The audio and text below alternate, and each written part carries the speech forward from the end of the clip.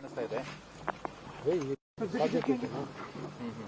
ಬಗ್ಗೆ ನಮಗೇನು ಐಡಿಯಾ. ಹಳೆ ವಿಡಿಯೋ ಇದು ಅಂತ ಹೇಳ್ತಾ ಇರುವಂತದ್ದು.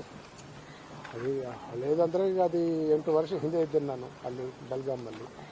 ಮುಜುಗರ ಸಹಜವಾಗಿ ತಂದಿದೆ, ಸಾಕಷ್ಟು ಮುಜುಗರ ಆಗಿದೆ.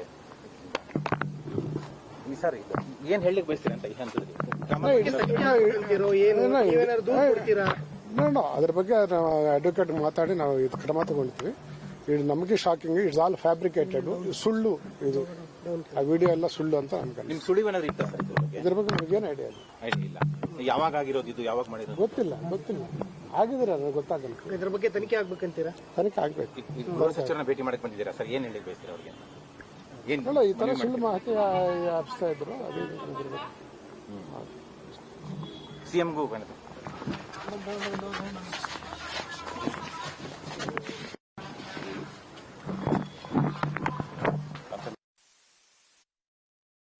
ಹೇಗೆ ಇದ್ರ ಬಗ್ಗೆ ಏನು ಕ್ರಮ ತಗೊಳ್ಬೇಕಂತ ಹೇಳಿ ನಮ್ಮ ವೈದ್ಯರ ಜೊತೆ ಮಾತಾಡಿ ಮುಖ್ಯಮಂತ್ರಿಗಳಿಗೆ ಏನಾದ್ರು ಗೃಹ ಸಚಿವರು ಫೋನ್ ಮಾಡಿದ್ದೀರಾ ಸರ್ ನಿಮ್ಗೆ?